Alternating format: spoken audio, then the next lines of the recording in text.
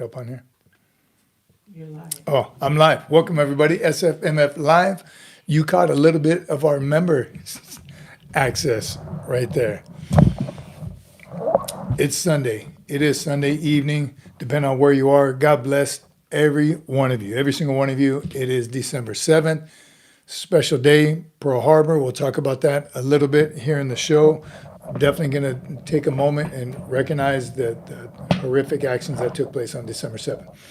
Flag should be at half staff. If you fly a flag at your house, and some just the ones you stick on the, mine has a two system. You can put it at normal or straight across for half mast. If you have a pole, please put it down if it's not already. But God bless you all. Happy Sunday. Semper Fi, all my friends. This is amazing. We had a good session with the members here for the past 20 minutes. It's a little late. I was telling a story. I was in the supermarket and people are just selfish, right? Packed. It was packed for some reason. Busy. I couldn't use a self-checkout because I was buying medicine. And you have the ID. You got to be 18 years old, I guess. I don't know. Depending on what state you're in. Probably guess what state I'm in for a rule like that. But I couldn't do it. Even the clerk that came up said, oh, you can't use self-checkout. You got to go through the line, whatever. But then in the line, I had 3 items. They had baskets full of stuff. Just odd to me, different, depending on where you are, I guess. But welcome, everybody. Talking about badges and emojis. If you've noticed, the producer has been hard at work. Members have badges. Is that that's the same one? It's not. Oh, Look, Adam already? is here. Oh, dang, you guys are on it. Like, you know, Look at all those badges and emojis. I was just talking about it. What's up, Adam East, Heavy J, Ali the AI, Doc Holiday, Kirby Dude. What's up, J-Dub? Everyone is here. Robert Bass. Looking to join the military. I'm 31. Will Marines take me? Robert Bass. Yes, they will. 17 to 28 is the age limit, but there's a waiver for everything. We know a Marine through this that was 34 when he graduated boot camp. So yes, you can, Robert Bass. And we talk about it throughout the show, just how to prepare for boot camp. So, and we're getting ready to do a video on it. So yes, to answer your question, yes, you can. And by all means, go for it. Let us know what we can do to help you. Stay on the channel. Like and subscribe if you haven't already. But you'll learn so much here from this crew of like-minded people. Amazing. We have an amazing, amazing community. All right, JD, I've got volunteered to do a 50-mile run next fall, 265 days and counting down. 50-mile run. Where are you doing it? And can I join you? I'll do that. I did one around Hawaii, 134 miles. There was 10 of us, and we shared it, right? I think I have 3 legs, like a 3-mile leg, a 6-mile leg, and then another 4-mile something. It was awesome. It took us 20 hours, 21 hours. It was cool. Let me know, J-Dub. Can I be on that team? Ali the AI, coming in strong. Let's get those likes up. Y'all better double tap. Be double tapping the screen like your life depends on it. We're crushing the algorithm. Awesome. Ali the AI, thank you. Heavy J, for those who want to get your own Eagle Globe and Anchor, press the $ and get your membership. Amen. Randall Knapp. Knapp team is present. Randy and Ellie hanging strong. Heavy J, we have a representative from every branch enlisted officer, but we are short one Space Force Guardian. Officer enlisted, we don't care. We want Space Force. We want a Guardian in this channel. Jordan Hammond, what's up, brother? I haven't seen you. We missed you the last couple. Hope everything's all right. Good evening, my friend. I've been praying for you and your family. May God bless you and your family. Back at you, brother. Back at you. Good to see you. Carrie Ann Marie Potts is a little under the weather, but she's here. If you're not a member, come on. It's a fantastic. Everyone's so friendly. If you know, you know. Is Allie an AI? I don't think so. Allie, are you an AI? Even though that's her screen name. Is she really AI? Adam East, longest I've done so far was a 47 mile, 76 kilometer in South Africa, 11 hours, 1 minute. Don't forget that 1 minute. 11 hours and 1 minute for 47 miles. Pretty interesting. Telling that 134 miler around the island of Oahu, completely Almost. Obviously, we couldn't go around base, and there's some areas we couldn't go, but some was in the city, some was on the North Shore. What? This is chicken. But how great is that? How much fun? 20, ours was 21 something hours. That's awesome. Malcolm said he's actually met a guardian not too long ago. Get him on the show, him or her. I did speak to someone at an MCRD graduation a while ago. He used to be a Marine, prior service Marine, one of my Marines. You want to see that? Yeah, he prior service Marine, went from the Marine Corps to the Space Force, or he's going to the Space Force. I don't know if I can't remember if he's already in. All right. Doc Holliday, on December 7th, it is. Once again, welcome everybody. I'm going to do roll call here in a minute, but welcome everybody. December 7th, Sunday. Hopefully you've had time to spend with God, Jesus, in church, out of church, watching it online. Our church was awesome this morning. I always say that it seems like every single Sunday, but today we not only did communion, but there were some baptisms, about 6 or 7 baptisms. Always love watching that. It brings me back to when I got baptized a few years ago. Truly amazing. But from Doc Holliday, December 7th, we honor the courage at Pearl Harbor. As Marines and civilians, we carry that legacy of grit and duty. Today we stand proud, ready, faithful, Semper Fi to all who protect our nation. If you haven't been to Hawaii, if you've been to Hawaii, I'm sure you've been to Pearl Harbor. Definitely a bucket list item if you ever go to Hawaii. We lived there for several years, and around this time every year, I'm like, man, we should go more. We should go more. We should go more. I've been there plenty of times. The Marine Corps has a monument on the grounds of Pearl Harbor that we used to go with Marine Corps League and clean that baby up, weed eat around it, shine up the old brass on it. So I have a lot of time there, but still not enough. Go out to the Arizona. You can take the ferry out to the USS Arizona, get onto the monument, and you can still see to this day, oil is still dripping up, if that's the thing, still coming to the surface from the Arizona. There's still Marines and sailors entombed in USS Arizona. I'm telling you, very, very humbling experience just being out there.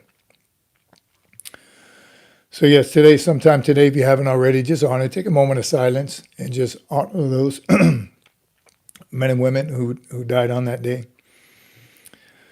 Joe watching, that's crazy. I did 16-minute 2-mile, almost died. A 16-minute 2-mile, that's two times.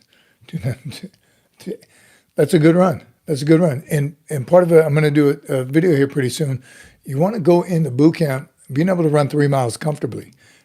And then even a little more, being able to do 3 miles in about 20 minutes, right? That's a high first class PFT. 18 minutes is your goal. So 3 6-minute miles is pretty tough. But that should be your goal, right? Don't ask that question, what do I have to do to pass? Ask the question, what's the best score possible? All right. It is great to see y'all. Welcome, everybody. Bob, good to see you again. Bob's back. Heavy J. Sergeant Major, that call came to go back to the front lines, would you go? But you got to roll out with deuce gear. 100% Heavy J. My phone's always open. I answer every call because I'm waiting for that call. Seriously, yes, I would. 100%. I'm well past the recall time period, but I would go. 100%. I miss it. I do. I miss it a lot. Even that saying, I don't miss the circus, but I miss the clowns. Kind of even miss the circus a little bit. But I would. 100%. I would rock with my deuce gear. I still have some. Even old M40 gas mask. I'd take that baby too. Connor Cunningham. Is it worth joining JRTC in high school? Connor, yes. 100%. Doesn't matter what branch of service is hosting that JRTC program. Not every high school has them, but most do. Even if you have to go out of your school district to get into a JRTC organization, do it. Obviously, hopefully you get a Marine one, but it doesn't matter. They all learn basic drill, responsibility, PT. They all do enough that's going to make you a better citizen. That's what it's for. Leadership, responsibility, citizenship. So 100%. Can't speak highly enough on every single program. Some are better than others, but definitely it is worth it joining. And if you stay 2 years, 2 successful years, 2 out of the 4 years, 2 years you can get promoted if you join one of the branches of services. If you enlist, you get promoted to E2 right before you even get there. You're already in E2, so you're above your peers. So yes. Ezekiel, Semper Fi, brother.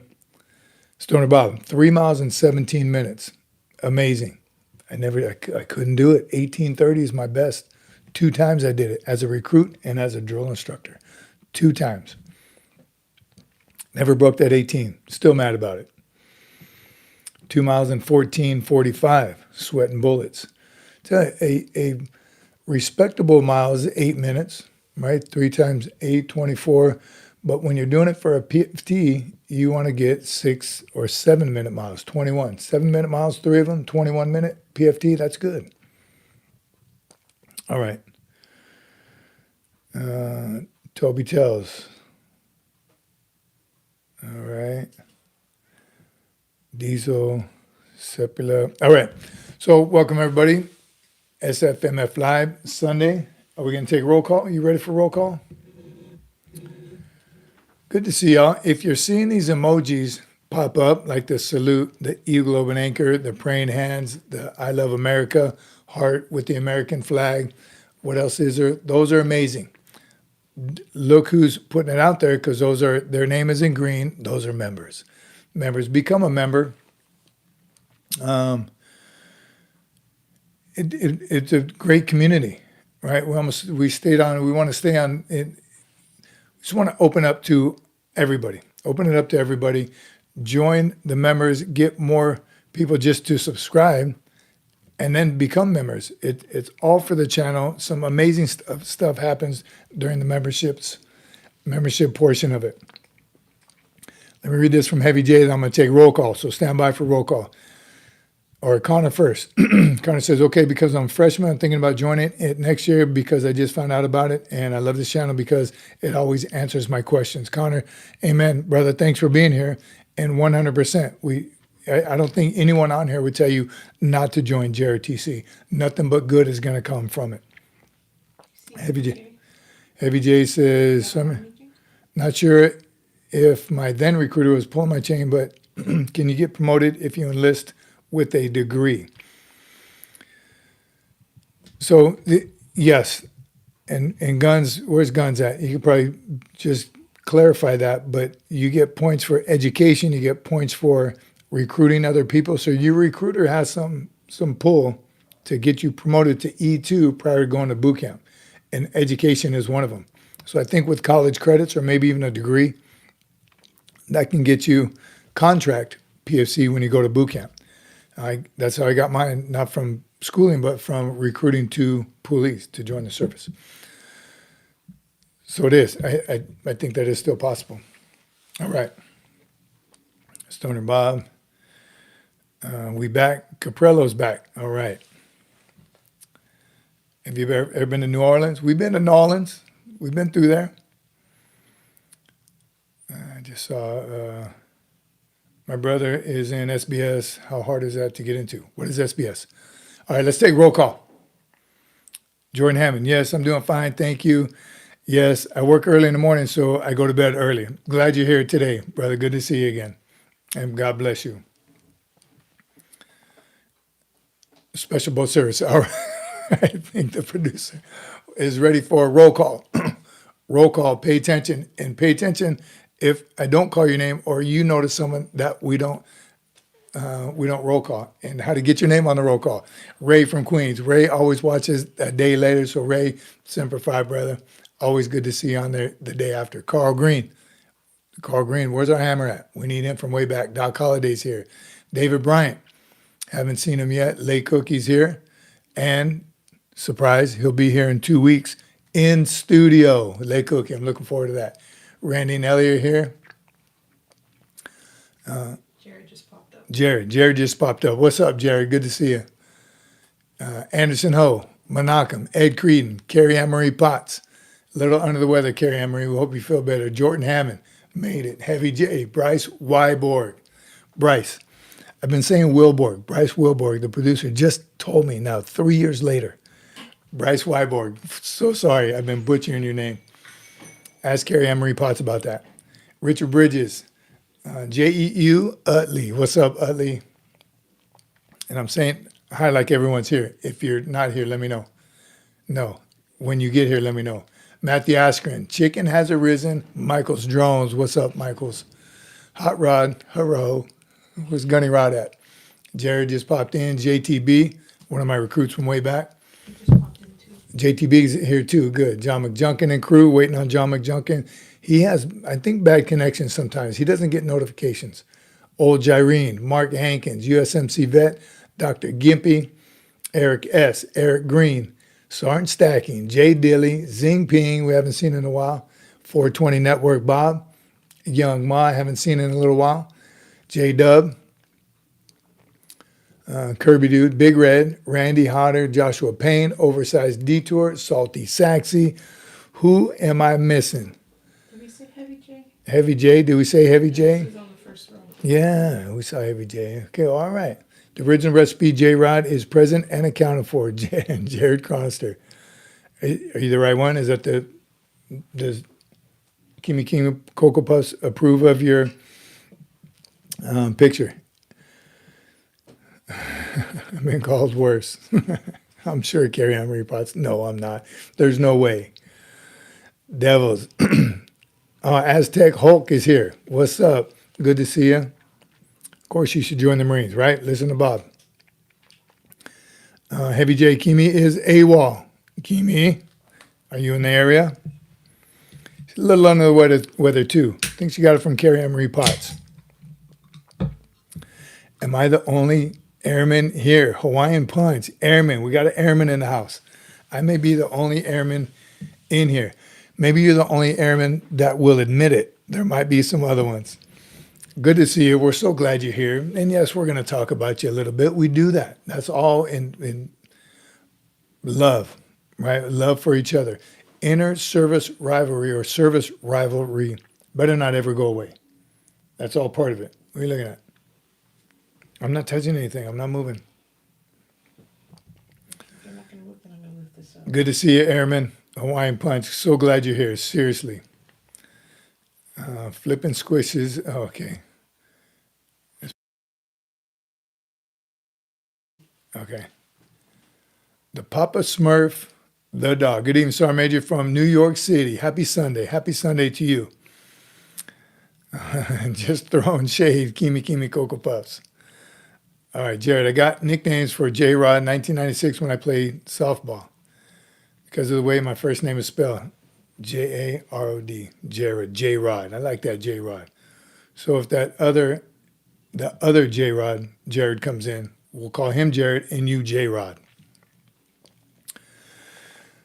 All right. Welcome, everybody. No smiling. What's up, J-Dub? Kirby Dude, I can't smile. Ever tell you about my last command photo? Can I bore them with that story? My last command photo. Sergeant Major, command photo. I was smiling in the photo. How many command photos you see of any Sergeant Major not mean mugging the camera? Why? And I did it my whole career as a first sergeant company gun. Whenever I got a command photo done, my first couple as a Sergeant Major, it was like this. Why do you got to mean mug the camera? Why do you got to look so hard? Doesn't say it anywhere. It doesn't say you must not smile. This is not a passport photo where you're not authorized to smile in a passport photo, but that's in the rules. This is your command photo. Officers you see smile all the time. They're happy, right? Very rarely do you see a Sergeant Major smiling in his or her command photo, always trying to look tough. It's my last one, I smiled. A good one too, like a happy smile. And do you believe that I got comments from Sergeants Major on it? Why'd you smile on your photo? Because I'm happy. Why not? Why are you mean mugging? It looks like you're holding in a fart or something. Why can't you just smile for the camera? I got you, Kirby dude, J-Dub, I got you. All right. For the airmen, do you get aviators issued with your jet, or do you have to buy them? That's a good question, actually.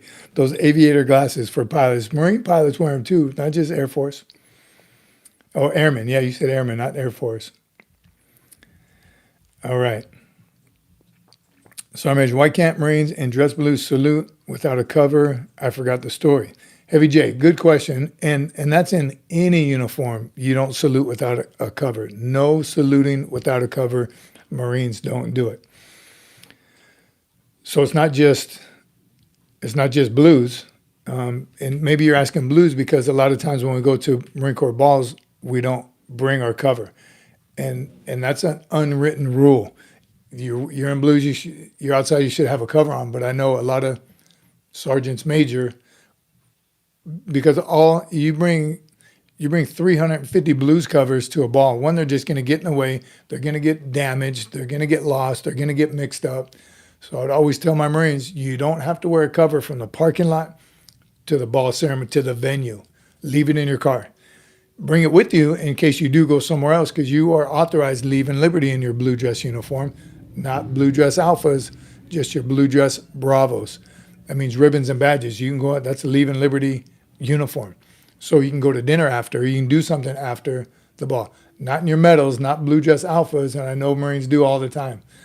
But if you do, that's when you must wear a cover. But we don't salute without a cover. That's just Marine Corps doctrine. All the other branches of services do. They salute without covers. They salute indoors. Not wrong. It looks crazy to us, and we just don't understand it, but Marines don't. You don't salute without a cover. All right. All right.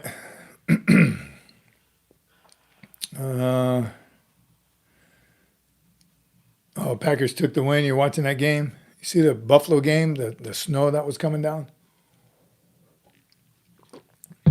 All right, once again, welcome everybody. Check the badges, check the emojis. Consider becoming a member. Have some very generous membership members already who have gifted a whole bunch of memberships. Yeah, so this is what happens. We got some Lolo in there. Yeah, that's right. Take it upon yourself. If you're going to join the channel, you want to be a part of this team, this family, join, become a member, and continue. The different color Eagle, Globe, and Anchors that depends on how long they've been a member. Yellow, gold, if you see the gold one, that's 6 months or more. We haven't been doing it that much over 6 months, so the next one's going to be, I'm not going to tell you what color it is, but that's a year marker. Looking forward to seeing who the first year membership member is going to be. I'm excited about that. The dark blue, that's those are new members. And each color is a different amount of time. 1 month, 3 months, 6 months. I think that's right. But the emoji, that's from the producer. She created all of those members. You're authorized now, or you have the ability to use those. So love it. Look at Ali the AI. Love them. Love them all. Dog tags, saluting Marine, Eagle, Globe, and Anchor, American flag, and the praying hands. Awesome. Randall Knapp, you're a Seahawk fan?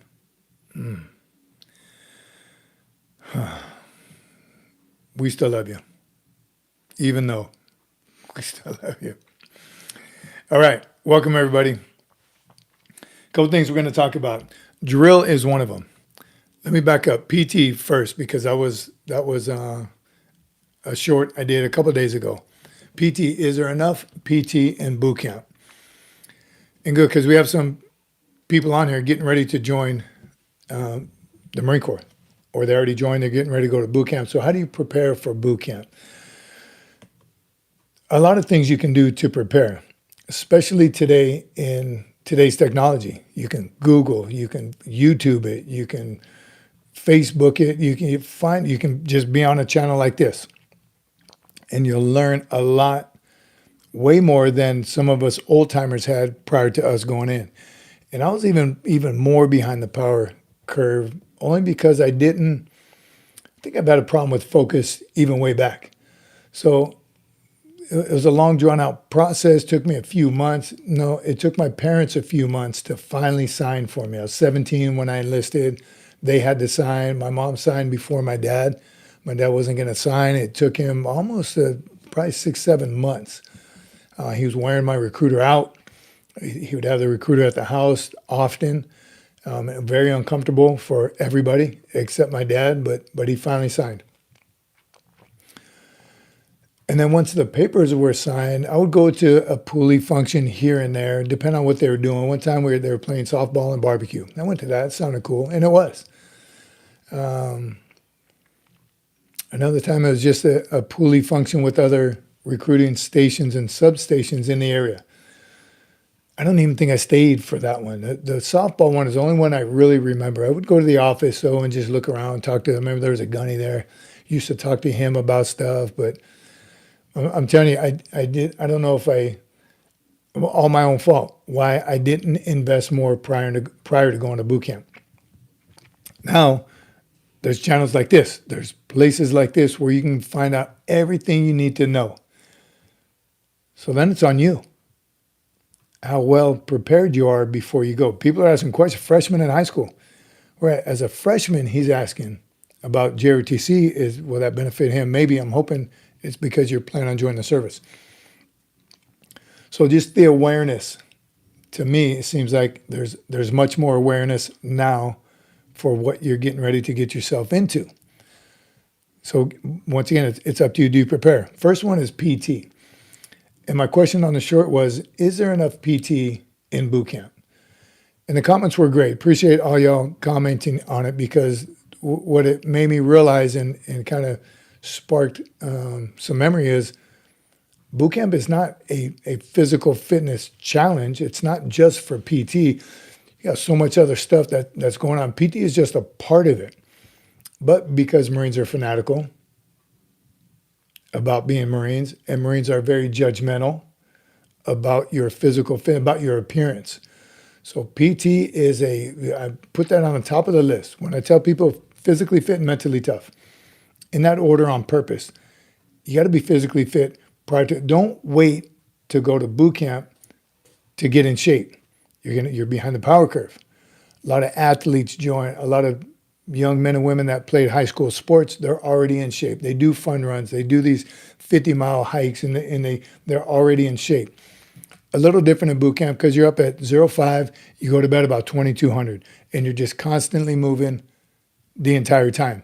Even when you go to chow, you're marching. If you're in a hurry, you're high step. You're walking fast. You're going to medical or dental. You're going somewhere on your own, or with another recruit. You're flying, right? If you're never going to move fast enough. So that's one thing that you're not used to, walking that fast. I'm telling you, shin splints. Your shins are burning because you're walking so fast, and that's just constant all day long. You're up, you're down, you're in classes, you're receiving information. You're going from PT to chow to another classroom. All that stuff is happening from 0530 to 2130 officially, but you're up before that and you go to sleep after that. Really though, at night when you hit the rack, when the fire watch turns the lights off, you're sleeping like seconds after lights go out because you're exhausted. So being physically fit will help with all that. And you don't want to show up and fail the IST, the initial strength test. Pull-ups, planks, and a 1.5 mile run. I don't know the times and all that, but obviously you want to be comfortably pass that. And you would think, and again, in my mind, why would you go there not being able to pass that? 1.5 miles, who knows the time for the 1.5 miles? Minimum 3 pull-ups. And I don't know what the minimum for planks is because planks are new, but why wouldn't you go there? Why wouldn't you show up already doing 10 or 12, 20 pull-ups, maxing the plank, and being able to cruise through the run? Your physical fitness level is going to improve 100% throughout boot camp. It's going to improve. But don't go there expecting the drill instructors to get you in shape. Go there in shape and just get better. But you're going to gain muscle. You're going to gain strength. You're going to lose weight. All those things are going to happen just for the rigors of 13 weeks. So physically fit. First way you can help yourself, prior to going to the, oh yeah, and Jake Bell, look, don't forget about the quarterdeck. So of the physical fitness, and you do PT probably 6 days a week, it's not always strenuous, and you only run 3 miles. You only run a long distance, 3 miles, like twice. And that's the initial PFT and the final PFT. I don't know if they still do it. Anyone recently go through boot camp? We used to do a 5 miler when I was a recruit and when I was a drill instructor. There's a 5 miler, just all around base. The whole company would go, kind of a moto run, but it was 5 miles. I don't think they do that anymore. So the longest distance you run in boot camp is 3 miles. So be comfortable at going 3 miles. All right. And then the rest, the IT sessions, the incentive training, you're going to do a whole bunch of that. You're going to do it individually. The drill instructor, you should be thrashed. They call it slay now. You should be slayed often in boot camp. Usually it's for a reason. Sometimes it's for not, right? I've told a story when I was a drill instructor, I'd keep a roster, make sure I thrashed every single recruit every cycle or every phase. It used to be 3 phases back then, but I'd make sure. Sometimes, and there's a big majority of recruits that don't get individual attention because they're doing exactly what they're supposed to do. Those are good ones. You like those recruits too. Never in trouble because they're blending in, right? They're staying under the radar. You know the real bad ones and you know the real good ones as drill instructors. You got to figure there's 4 drill instructors, 90 recruits. You're not going to know every single one of them like you'd like to. But again, you know the bad ones, you know the good ones. You know the ones that can't PT, you know the ones that are PT studs. Everyone in between, perfect, doing exactly what they're supposed to do. They'll increase everything once they leave boot camp. You know they are, right? And the good ones, obviously guidance, squad leaders, those are the era. You know they're going to do well. And everyone in between, it's that 10%. Every platoon has them, right? They go unk at the range, they go unk at swim qual, and we get remedial PT. So those are the ones you really gotta watch out for. But go to boot camp in shape, already in shape. You don't want to go there wearing boots for the first time, right? Get some boots. You can get them anywhere. Saigon Sam, do they still have that? I always use Saigon Sam. Is that still a thing? Any one of these military surplus stores, get a set of boots. Go for a walk in them. Go for a run in them. Just get used to wearing them. Doing pull-ups with boots on, yeah, they're about 2-3 pounds, but it makes a difference. And you're going to use muscles that you haven't used before. So get ready to get slayed on the quarterdeck. The quarterdeck is right when you come in the squad bay, that little area. It's usually where the drill instructors give you classes. The senior drill instructor talks to you. That's right by the duty hut, in between your racks and the head. That's a very common area called the quarterdeck, and you're going to spend some time there. Sweating, making puddles, making it rain. All right. Logan, you actually look like my senior drill instructor, Sergeant King. That must be a handsome dude, that Sergeant King. All right. Heavy J, nailed it. Thank you, brother. If you want, look at also everybody, if you want one of those emojis, become a member. It's that easy. Hit the membership button. Your name will turn green. You get an eagle of an anchor for your badge, and then you have access to these emojis that the producer made. Love it. Eternal. We used to call them fat bodies. We still do. Fat bodies. Food blisters. Because I'm a fat body, sir. Where's that from? What movie? Private Powell tried to say he's big boned. No. I think he said, because you're a disgusting fat body. Powell, I think those were his exact words. All right.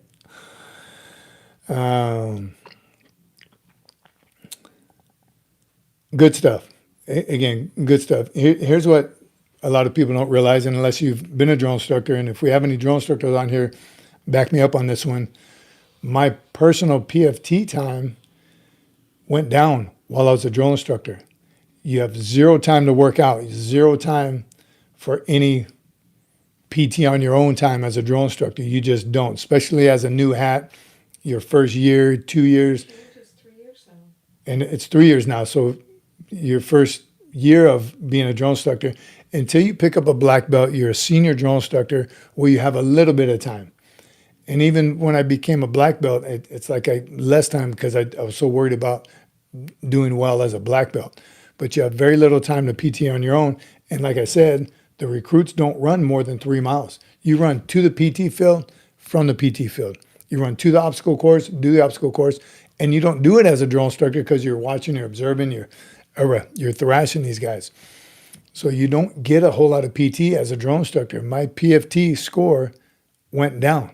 When I got back to the fleet, I had to hit it hard to get my PT back up.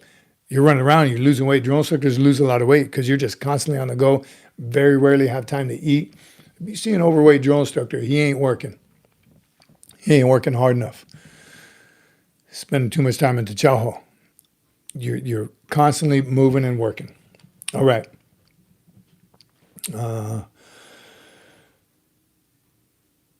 Folks don't like hearing the term fat bodies. They really don't. And I want to bet that drill instructors can't say that anymore, just of today's society, the softness of today's society.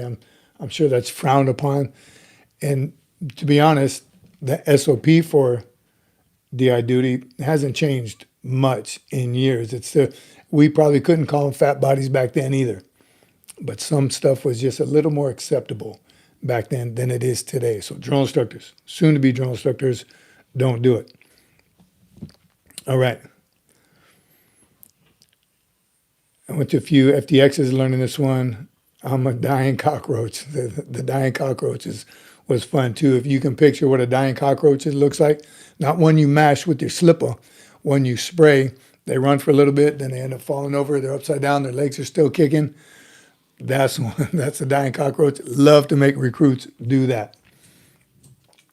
Doc Holliday is the man, the GOAT of all times. Don't tell me what color this box is. It doesn't matter because it's big. Appreciate SFMF channel as a proud civilian who respects the badges, the motos, and all the grit of every devil dog. Honored to learn, support, and stand with the Corps. Semper Fi, always faithful, always firm. Love you, Doc. Appreciate you. Amazing.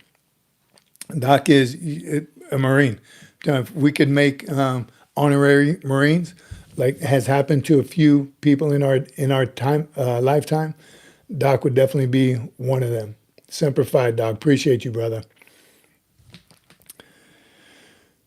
Zombie blood. Cellulitis is real. It happens. Cellulitis. Again, anyone getting ready to go? Cellulitis is real, and it's typically from the hard chargers because they get blisters. They don't tell anybody because they don't want to go to medical because they don't want to get dropped. They don't want to get put on light duty. They don't want to seem like a punk. So they don't say anything. They try to take care of it themselves. And it doesn't always work. You don't get that shower time like you're expecting. 30 seconds, a minute and a half in the shower, you're not going to be able to clean those well. So if you have blisters, take care of them. The drill instructor should see them because they inspect your body every night. Hygiene inspection. Once you feel that hot spot, that bubble starts up, I'm telling you, take care of your feet. And that goes for the rest of your life, right? Vietnam, one of the biggest problems, jungle rot of their feet. If your feet ain't working, you ain't doing nothing. So take care of your feet. Cellulitis is real. I've seen it over and over. Every single cycle of recruits, there was a number of recruits that got cellulitis from blisters, getting infected, start shooting up their leg. Take care of it. Please take care of your feet. All right. Terry Willie. What's up, Sergeant Major? Navy likes you. What's up, shipmate? We like the Navy too. Not just corpsmen and chaplains. We like all the Navy. We like all you Navy boys. Every time we need how's the saying go from Few Good Men? I like all you Navy boys. Every time we need to go somewhere to fight, you fellas always give us a ride. Love the Navy. And yes, we are a Department of the Navy. Okay, I just got a whole bunch of, my screen's going crazy. Carl Green, the other GOAT. Gifted memberships. It already passed me how far it is, but I see a whole bunch. Carl Green, brother, thank you. If you're on here, you just received a free membership. Shout out to Carl. Appreciate you, Carl. Start using those emojis. and stay a member. I'm telling you, we do some fun stuff in the membership pre-flight before we go Gen Pop. Where's Menachem? Gen Pop. If you know, you know. What is Gen Pop?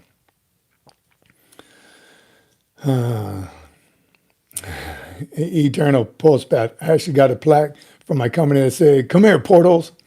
The company said, "Come here, portholes." Portholes, if you don't know, are glasses. Porthole's a window on a ship. It's a portal. Porthole, porthole. It's a window on a ship. So, of course, drill instructors come up with all these sayings. If you wear glasses, you're called portholes. Come here, portholes. Common, very common one. Recruit on crutches, sticks. Come here, sticks. Some good ones. I think I saw Carrie Ann Marie ask about some good one-liners. Drill instructors are some amazing people. They come up with the best one-liners. Watch a few good Full Metal Jacket. His are pretty sadistic, but he's also got some pretty funny ones too.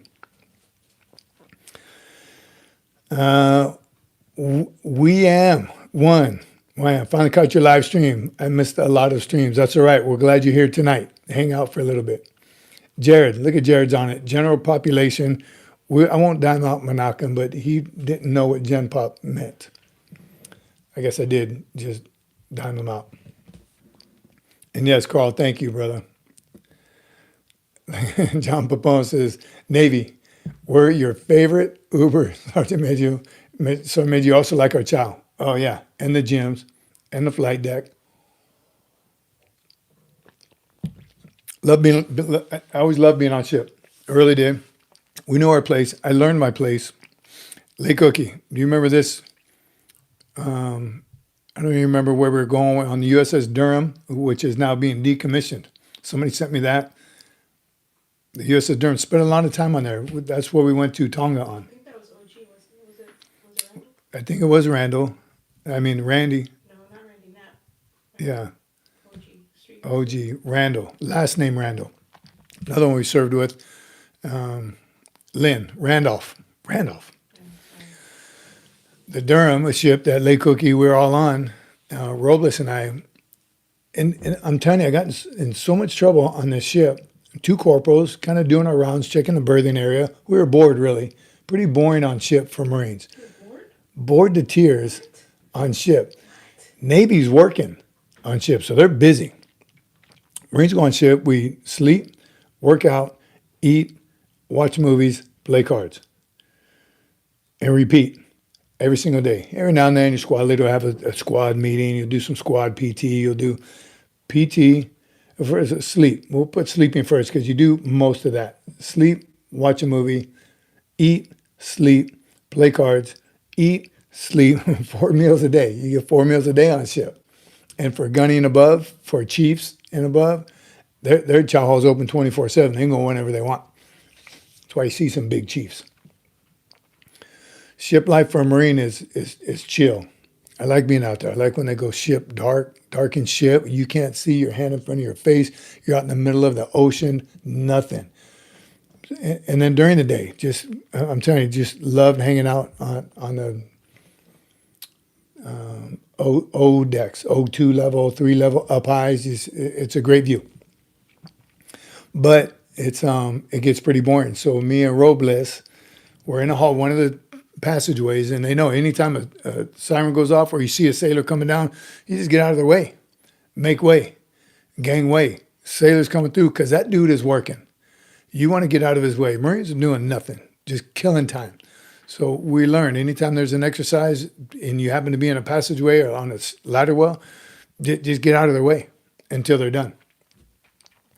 And we were doing just that. We were just kind of hanging out in one of the passageways, and there's some stuff. There's stuff all over the walls on these ships, and you don't know what any of it is. Wires and pipes and plugs and switches. And while we were just standing there talking, I would happen to be messing with, can't sit still. Can you guys figure that? I was messing with it, and it turned out to be an emergency light that, you just don't mess with. Almost like a fire alarm or something. But I was clicking it on and off, and it obviously signaled somewhere because two Master at Arms guys came down. What are you doing messing with this? You out of your freaking mind? And I'm telling you, wore us out. Took us to our first sergeant. I don't remember what happened after that, because next thing I know, we're in the bottom of the ship. The hold. Is that what they call it, where they store all the equipment? Trucks and all the gear is griped down with these big, massive, greasy chains that hold everything down. So when the ship does rock, nothing doesn't go sliding around. That's hard work, griping that gear down. Got to hand it to them drivers. I'm telling you, you can't even walk in between vehicles front. I mean, you got to walk over everything. Griping? Griping? Yeah, you gripe at me all the time. Griping is a word. Did I say griping? Yeah, you got to gripe it down. You got to gripe that stuff down. Is that the right? Am I using the right word? Come on, shipmates, help me out. Yeah, you gripe that stuff. Now I'm questioning myself. I've never heard that before, but I've never been on. You got to gripe down all the equipment. Anyhow, my first sergeant sent Robles and I to grease all those chains. Every one of them. There had to be a billion of them. What does say Securing, griping, yeah. breaking down? Yeah, I got 3 years on ship. Combined total 3 years on ship. I loved it all. But that was miserable, but it taught me a lesson, right? That was the best way to learn. Instead of what he could have written us up, we could have got captain's mast on ship. We could have gotten some serious trouble, I'm guessing. But first sergeant, being a Marine, old school, he's like, yep, I'll take care of you. Grease all these chains. And I'm sure you got that from the Navy. What's the worst job we can assign these two knuckleheads that will help them remember not to mess with anything on the ship? And it worked. From then on, I'm telling you, you see it sailing, boom, you get out of his way. It was cool. Good times on ship. All right. How's everybody doing? Yes, Lake Cookie, isn't that the ship? They flooded our berthing area with jet fuel. So there's a couple incidences. That might have been the Fort McHenry, because remember we moved like a medium girder bridge. We built it on the Fort McHenry and flew it to the Durham, whatever. But during that ARG is a group of ships. We went from one ship to the other, but it was one of them. It was a good time, but we got tore up. Heavy J, 50 minutes. Still Lima Charlie. Wow, that was a fast hour and 10 minutes. All right. I missed a lot of comments. I'm not ignoring anyone. I hit some comments, and I want to talk about drill next. That was another short that I just did. Great comments on the drill short as well. All right. Carrie Ann Marie Potts, I'm with you. I still see white names come on through. Turn them babies green. Become a membership. Doc, that's what I'm talking about. Glad you had a good one. Eric Green, what's up, SFMF family? Sorry I'm late. Burpees, brother, no worries. Just kidding. Glad you're here. Robert, Lord, thank you for your service. Thanks for being someone worthy enough to serve. Did I get it right? If you served, Robert, thank you for your service as well. Chris, glad I never go full motard. That's a great movie.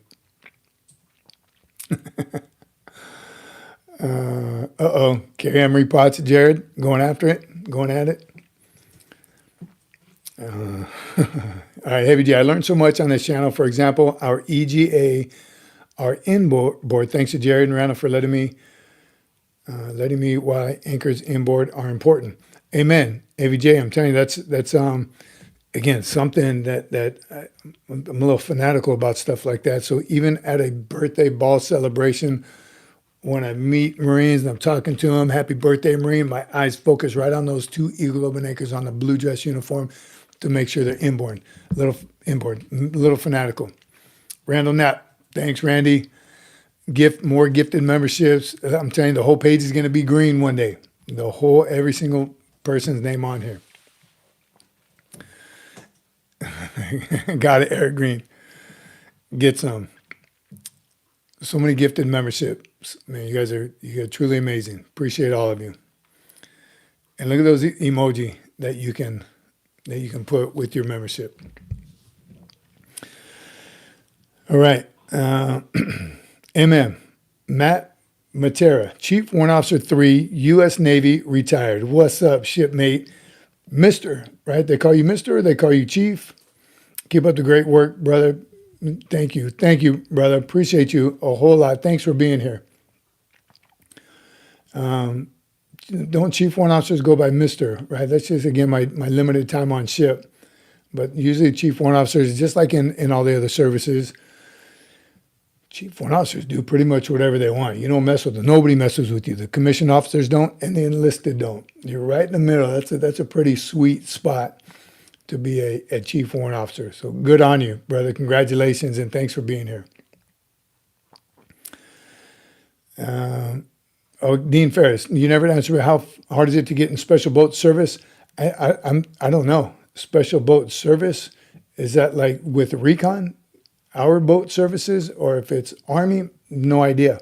Special boat service, I know, our recon are our boats, boat commanders, the coxswains, and all that. And even in the straight leg infantry, you get assigned 2-5, for instance. We have a boat company. They're all rifle companies, but there's one's going to be designated boat company, one's going to be helo company, and one's going to be mobile, right? Vehicles. So vehicles, aircraft, or boats. I happen to be the helo company. So I wasn't in boats, but those Marines in the boat company did get certified and licensed for the Zodiacs. So special boat services is what you call it, unless that's an Army thing. I don't know. Good question, though. But just like anything else, people do it, so it's possible. It's got to be the best. All right. Salute de Texas. Is that what that is? Greetings from Texas. Texas, man, what a great state Texas is. We love everything about it. Everything about it. All right, Ezekiel, I'm going to answer that, and then we're going to go to our drill discussion. Ezekiel says, is it okay to join at 30 or a little over? Yes, it is. It's not only okay, go for it. 34 is the oldest we've seen on this channel or we've discussed, but everything's waiverable. The age limit is 17 to 28, but you can request a waiver up to 42 years old. And they're talking about making it up to 52. Is it 42 right now, or is that what they're talking about doing? Anyhow, there's a waiver for everything.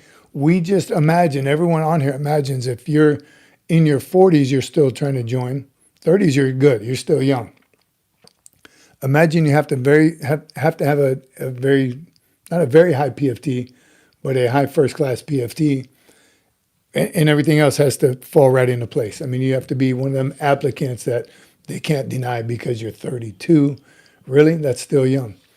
And talk about it on here too. Drill instructors, I used to love having older recruits, more mature, not as homesick, not as many younger generation problems. So we would use those older recruits to help motivate the younger ones who are struggling, the young 18-year-olds, the 17-year-olds, the just young mentally, if you will.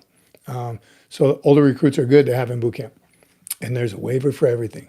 Doesn't mean everything gets approved, but you can request a waiver for everything. All right. Canardi says, special boat service is a Royal Navy equivalent to SAS in the UK. And don't know enough about it. Look at Soul and Mist. What's it like in the Army? I don't know. I'm so glad I don't know. We love our Army dogs, but Marine. Do the Marines still have Harriers in the Marine Corps? Do they still have Harriers in the Marine Corps? Replaced by the Osprey, which is an awesome bird. I don't know if we still have Harriers. I'm sure they're in inventory somewhere. I don't know if they got rid of them altogether, but I haven't seen one in decades actually flying or in use. But the Osprey is what kind of took over for that, which is a great piece of gear. All right. So drill. Let's talk about drill for a minute. It's not a hugely popular topic. because it's like anything else in boot camp. You either love it or you hate it, especially when it's mandatory. You have no choice. You don't have a choice whether to, how much you're going to spend time on drill. Sunday afternoon was my favorite time as a drill instructor. Sunday afternoon, free time was over, right? I never liked seeing the recruits enjoy their free time. They used to drive me crazy. I didn't know enough about God and church back then to realize that's some quality time that they're spending with God. I thought it was just quality time they were spending away from me, and I was angry at them. But afternoon chow on Sunday, nothing but drill, baby. Drill, baby, drill. It's about 3 hours, right? And you should drill, according to the drill manual, 50 minutes, 50. Every 50 minutes of drill, you should take a 10-minute break. We don't really follow that on the drill field, but kind of. I mean, you're supposed to. So that 10-minute break is really when you stop and you got school circle and you start yelling at them for something. That's your 10-minute break, only to drill some more. So as a recruit, again, you either love it or hate it. And it kind of sets you up for how you're going to be the rest of the time in the Marine Corps. And as a drill instructor, it becomes part of your life, right? You become fanatical about drill because the drill instructors are being evaluated also. When the recruits go to initial drill, the recruits are being evaluated. Kind of important in initial drill. They don't expect it to be that much. You've only been there about 4 weeks, 3 weeks.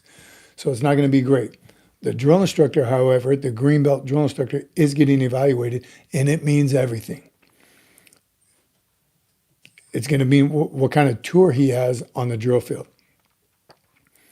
Could have something to do with whether he gets a black belt or not later on, becomes a senior drill instructor.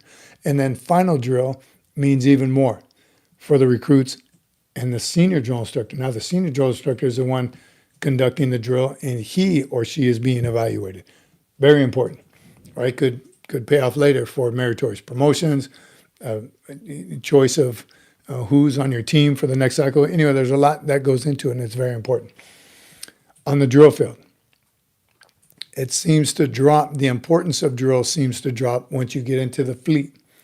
Now, Marines always pull it together for a ceremony, for a retirement, change of command, relief and appointment. The Marine Corps ball celebration, a limited amount of drill you do during a ball celebration, graduations, whatever the occasion is, Marines pull it together, right? The first sergeant, the sergeant major gets those drill. You have a couple of days of practice before, and they look nasty as heck the first couple of days, and you're just thinking in your mind, you're basic training, you're recruit training, you know how to drill, get it together.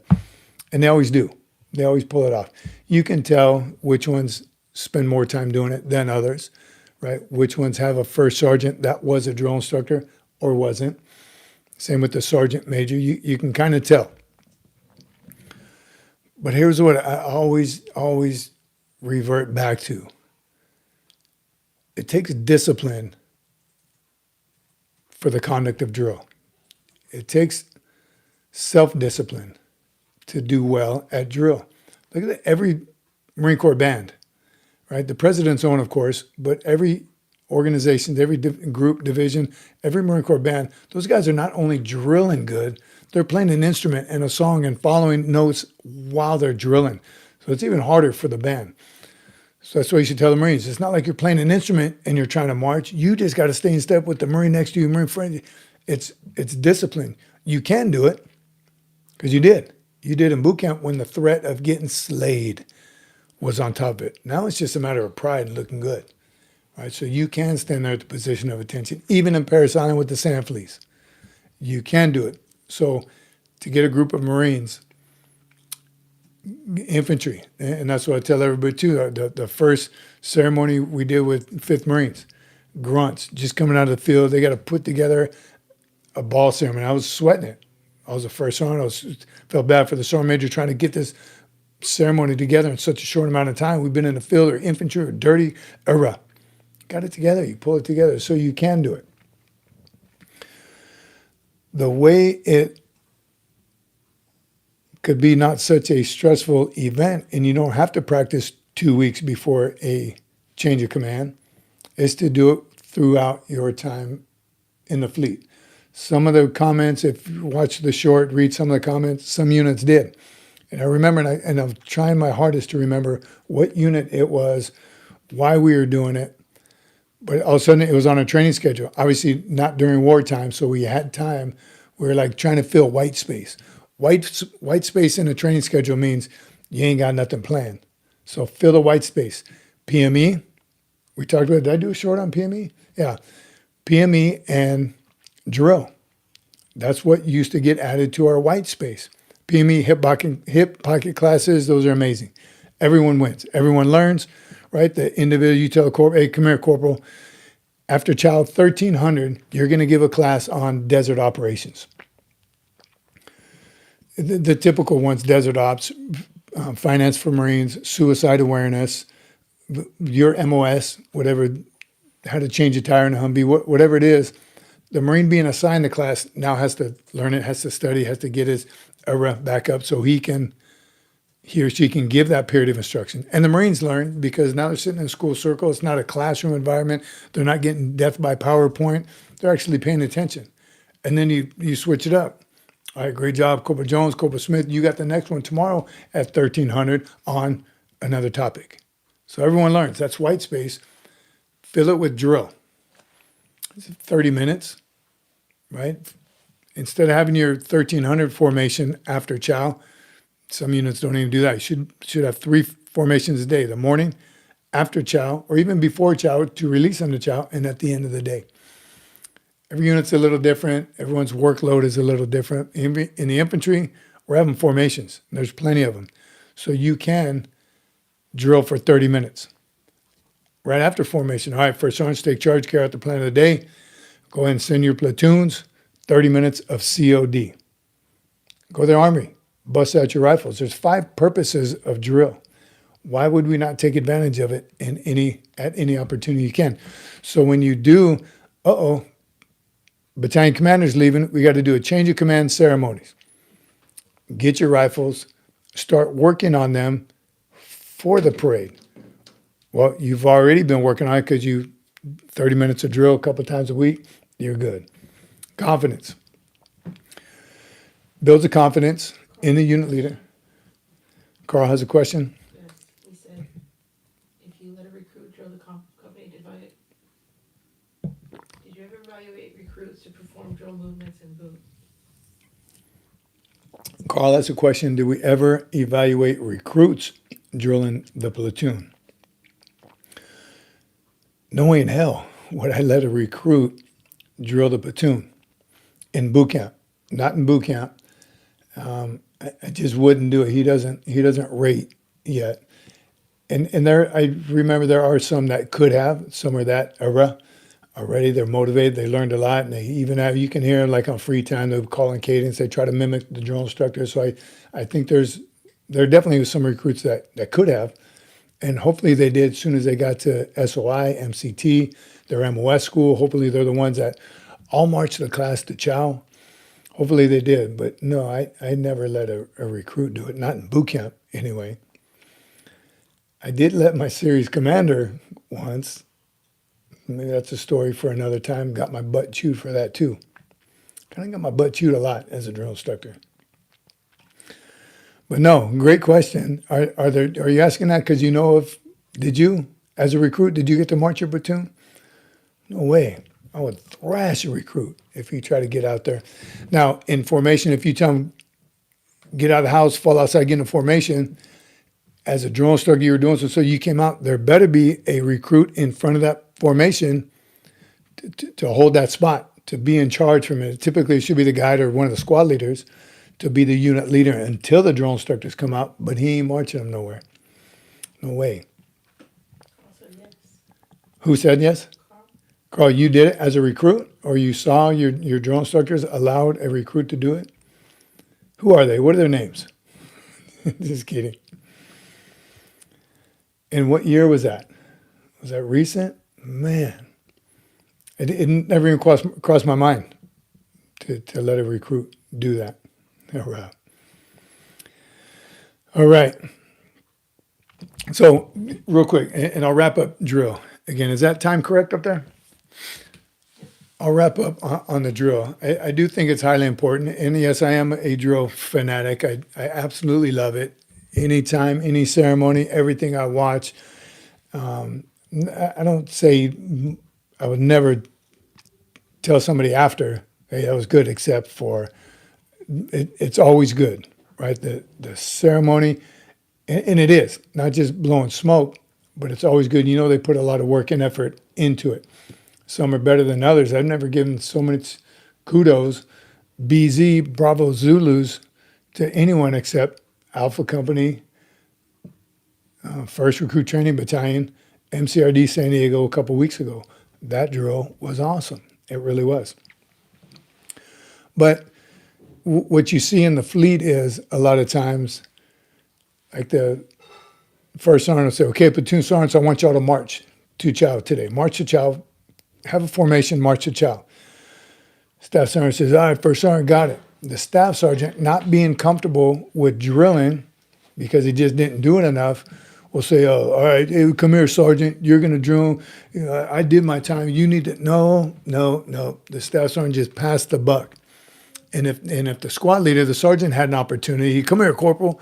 I'm a sergeant, you're a corporal. You need to, no. One of the quickest, easiest way to build some credibility with your platoon, and if company, even as a company, first sergeant, march the whole company. First sergeant, get out there, march the whole company, and then turn it over to the platoon sergeants, right? Then let them do it. Platoon sergeant does it for a little while, a couple weeks. Then it's time to turn it over to lead by example. What an easy way. It's like the sergeant major just threw you a softball, boom, for leadership, build credibility. Not only can I thrash you on a run, right? Not only can I outshoot you in whatever, range 400 at 29 palms, but I can also clean it up and march you, drill. So it's just an overall well-rounded, good, solid leadership. Leadership 101. So keep drill alive. So many times, even, and I'm sure the drill instructors deal with it all the time, anytime they want to cut some time out of boot camp to add something, probably unnecessary, first place they look at is drill time, because there is drill in the training schedule. You have a first aid class, swim, qualification, chow, CFT, PFT, something. There will be 50 minutes, 50 minutes of drill. And that's wherever you happen to be on the depot, stop, okay, boom, can you follow a training schedule to a T? All right, circuit course, we're done with the circuit course, stop, falling on your gear, put everything back on. If you don't want to spend the time to go from the circuit course to the parade deck, you drill right there for 50 minutes. So you use every second of that drill time and some. Guess what? You show up to chow early or on time, but they're backed up, the platoon in front of you is late, drill. You're going to do, you see them, at no time should you be standing still as a recruit doing nothing, just waiting in line. While you're waiting in line, the knowledge recruit is going, the prac recruit, or some kind of drill is going on. So I'd always get to chow early. I was that guy. I was that drill instructor, show up to chow early, already going through the line, and a platoon shows up that we're on their chow time. Sorry, brother, where were you? You're a minute late. A minute late on the depot is, you might as well miss it altogether. Training schedule, you got to follow it to the T. All right. How's everybody doing? Still hanging with me? How are we looking on likes and subscribes and emojis? Still see a lot of green.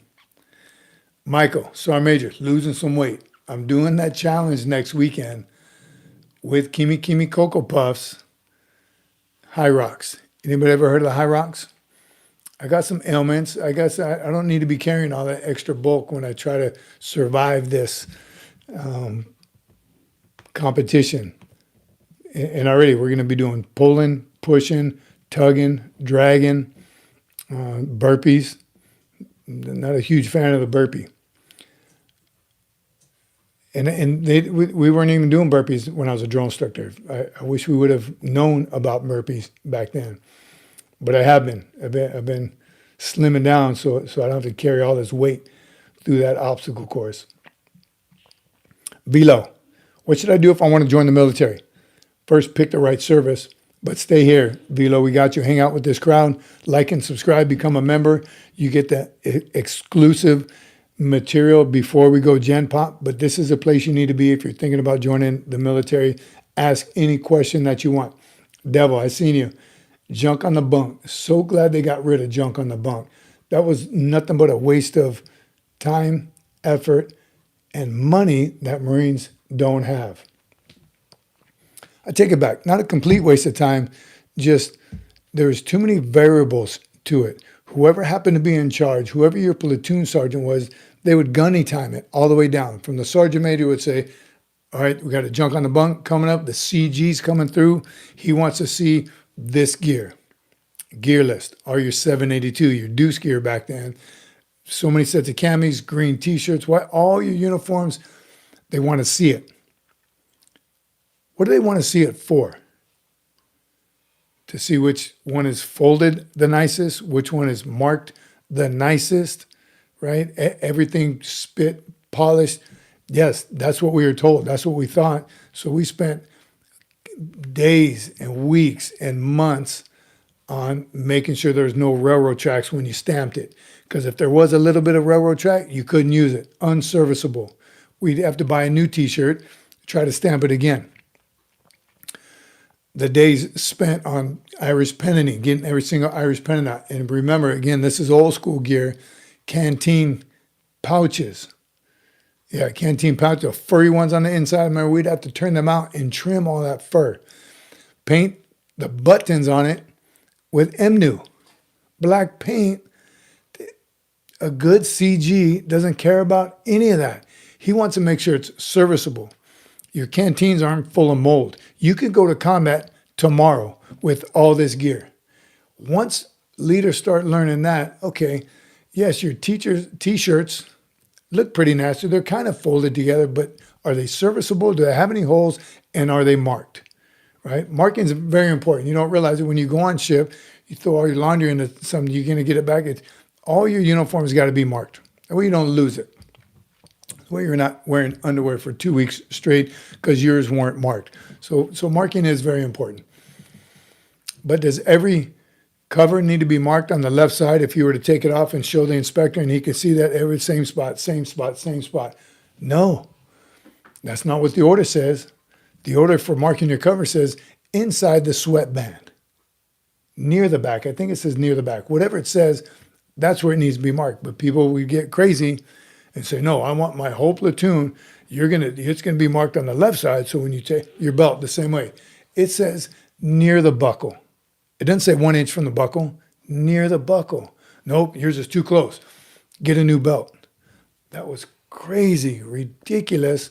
And as a young Marine, you just had to go along with it, right? New shirts. I don't know how many shirts and new socks. Got to be tri-folded. The name's got to be showing. Doesn't say any of that in the order. So read the order. It doesn't even matter as much because they don't do the CGs anymore. And here's how. This was proof in the pudding. When we did a CG way back, I think it was a corporal or a sergeant. I don't remember, but we had this PFC. It was a mess, complete mess. Slipped through the cracks. I think I've told the story before. He slipped through the cracks. Somebody wasn't checking him like they should have because he was a wild guy. Ing was his name. NG. Good Marine, young, motivated, but he was a mess. He was always a mess. Uniform always looked nasty. Everything just. So come CG time, going through all the rooms and junk on the bunk. So they inspect your wall locker, and junk on the bunk is all your 782 gear, all your war fighting gear is laid out on your rack. And everyone's lined up, ready to go, stand outside, parade rest. We're in Charlie's, we're just waiting to URAH. And also we go into Ing's room, and it's, where's Ing? And he was like PTing or something. We finally rounded him up. Get up, open your wall locker. Boom. It was a disaster. Inside his wall locker was all this stuff, but it was wrinkled. I don't even know if it was dirty. Just, some Marines wash their green t-shirt and they get bleached. Maybe, who knows what they do, what this kid did. Sock was one was stretched, one wasn't. And just some crazy uniform. And we try to hide him. Lock it up, close it, and go somewhere. Like, no, everybody. 100%, all hands. So Ing gets inspected. Long story short, Ing gets inspected, and we're sweating it, right? Sergeant Major sweating. Battalion commander's like, man, here's where we get our butt handed to us. And it wasn't the CG; it was the assistant CG, but it was a colonel, full-bird colonel, and all the cronies that were following. And the Marine was doing the double take, like, this isn't nothing like what I saw in the last 50 junk on the bunks that I just looked for. He said, come here, Marine, is this your stuff? Yes, sir. Motivated kid. He saw nothing wrong with it. Says, is this your helmet? Yes, sir. Put it on. Let me see. Boom. It fit. Everything was good. These are your uniforms? Yes, sir. Anything wrong with them? No, sir. Excuse me. He said, what about your boots? They look kind of worn out. He said, oh, comfortable. Perfect. So I hike in them every day. CG was like, this is what I'm looking for. This is what I'm looking for. Every other warlock I just went through, that Marine couldn't go to combat with all that gear. Those are brand new boots. Brand new everything. He's going to get blisters. The first time he's ever wearing those boots are going to be in combat. This kid right here is ready to go to combat tomorrow. Yeah, he could clean up a little bit, maybe iron something. But that's what they need to see, to make sure you have everything, first of all, and make sure it's serviceable. So good thing they went away from that. That really was a waste of time, money, and effort. And just over the years, because we all learned. After the inspection, put all the stuff in a big Tupperware container, boom, lock it up and never touch it again until the next CG, the next year or two, whatever. Then you bust it all back out. How unrealistic is that? That's not what a good CG wants to see. He wants to see what you're going to go to combat with. And besides that, we can back way up. They issue you a whole bunch of gear when you do go to combat, right? You're going to get issued new everything. Uniform, socks, underwear, T-shirts, boots, all that stuff to supplement what you already have. And you can break them in later, but all that stuff is going to be replaced over time. All right. How'd I get on that soapbox?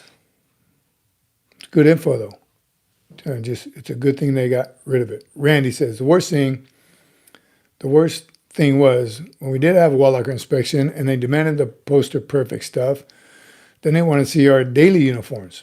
Again, that's what they pick a standard or thoughts. Green weenie stuff, time waster. It was, and I can only picture it was after Desert Storm and prior to anything after that for a few years, right? So there was a whole lot of nothing going on. It was pre-Desert Storm too. I remember I was a young Marine when we were doing it.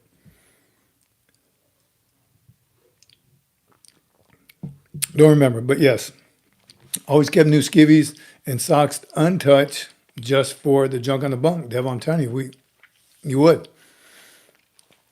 And then you slowly started using it though, right? All of a sudden you did have to get rid of a T-shirt. You'd break into that box. You're like, no, I shouldn't.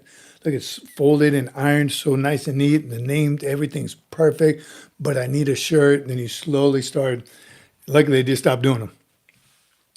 So glad they stopped doing them. Inspection uniforms and gear that we never touched. Made no sense. Our funniest one, because I tell the Hammond story, Hammond, but CGs are smart too. It ain't their first rodeo. So you know how it is, especially in the barracks. Open squad bay, you can't switch gear because everybody sees everything. We did a couple out on a parade deck somewhere where all the gear was laid on a punch line. You're not switching gear. You got to be slick about it because someone's missing something. Marines are missing a helmet. Marines are missing a flashlight, right? Something's going to be missing from your initial gear, your initial issue. And the rooms, once you get inspected, okay, you pass whatever, they'd mark it. That Marine's got to take his helmet, go around the barracks, up, down the ladder well to get into another room to give that Marine. Now he has wrong answer. CDs know that, right? They see you're a big Marine and you got a small set of size 6 boots for your display. Those ain't your boots. Put them babies on. Let me see you wear them. Those aren't yours. So accountability, gear accountability. Again, the initial reason for an IG inspection makes sense. It's when poor leadership gets in the mix and they start going crazy. Well, I'm going to go one step above. Yes, they're going to have all their gear, but it's going to look exactly the same. It's unrealistic. Marines are different sizes. Marines have been in longer than others. Some of their camis are faded a little bit more than others. You wear it different, right? Boots are going to be worn out. If you want to buy a brand new pair of $150 boots just to be inspected, no, I got two perfectly good pairs that I like to wear every day, and I want to go to combat in them. So, I'm glad we don't do that anymore. Look at Stone, about 50 years ago, I had 10 days to graduate boot camp. That's a lot of math you did right there, Stone. About 50 years ago, you had 10 days to graduate boot camp. Lake Cookie says, I remember during the wall locker inspection when they found a motorcycle engine in my locker. That sounds like something. Oh, look at Lake Cookie remembers Hammond. Hammond with the big head. Yes, that was, remember that the CD told him put on his helmet. This is not yours. Worse than missing something is having extra. That's an issue too. Randy brings up a good point. Why do you have two helmets? Somebody's missing. You can get in trouble for having more than you're supposed to and not having enough. Right? Did you steal it? No, it happens sometimes. You go to the field, you load a 7-ton, 5-ton back in the day. All your gear and stuff is hanging off. They throw it off when you get it back. You get off the ship, off the airplane. You're going to be missing something. You're going to have something of extra. So again, good idea for the CG inspection, but they should have kept the commander's intent. Commander's intent means everything. I want to make sure this unit is ready to deploy to combat tomorrow. Do that kind of inspection. Much more realistic. Yes, Lay Cookie. I asked her if I can tell her Hannon. It was Hannon, wasn't it? Hannon with the big head. That's what happened. We had a Marine, extra large head, small helmet during the CG said, is this your helmet, son? Yes, sir. Go ahead and put it on for me. I wish I had something to demonstrate. It looked like a little, it was clearly not his helmet.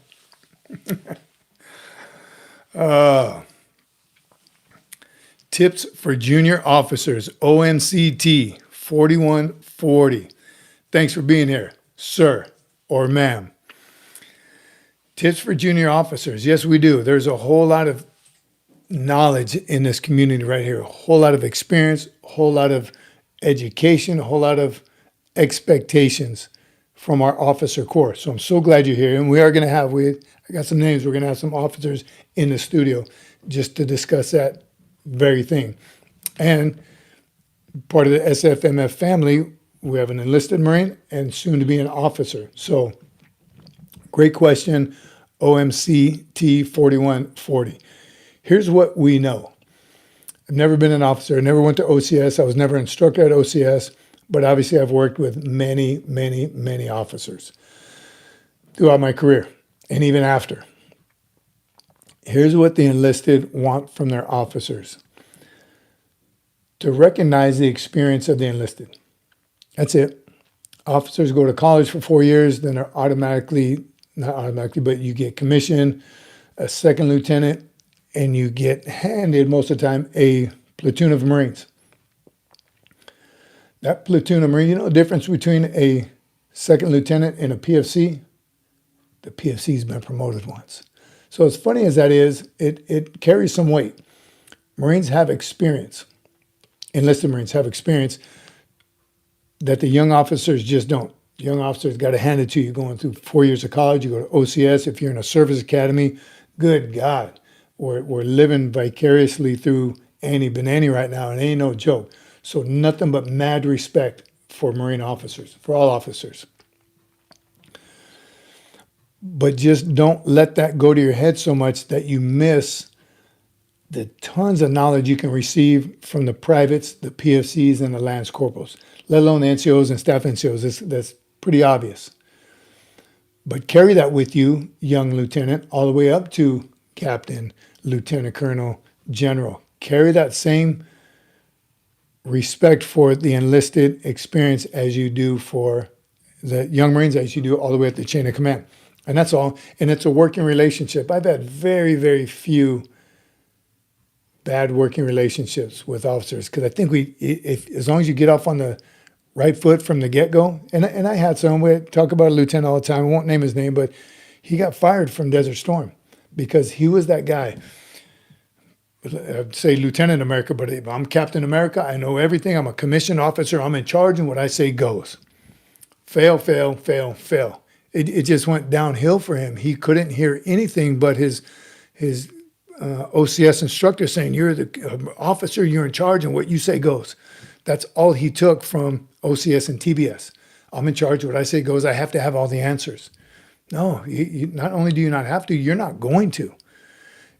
The enlisted's experience and your college knowledge in OCS and TBS, and especially the infantry officers, you combine that together. It's a beautiful system. We've been doing it for 250 years.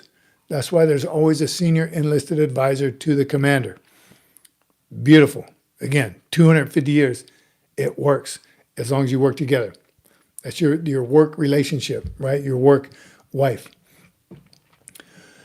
So that's the expectation from enlisted to their officers. And then your platoon sergeant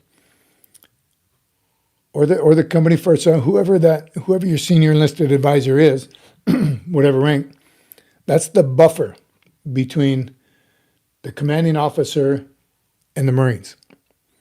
Right? So platoon, we'll talk about a platoon. You're a young lieutenant, you got promoted. You're first lieutenant with the staff sergeant. You two are in charge of 36 Marines, a platoon.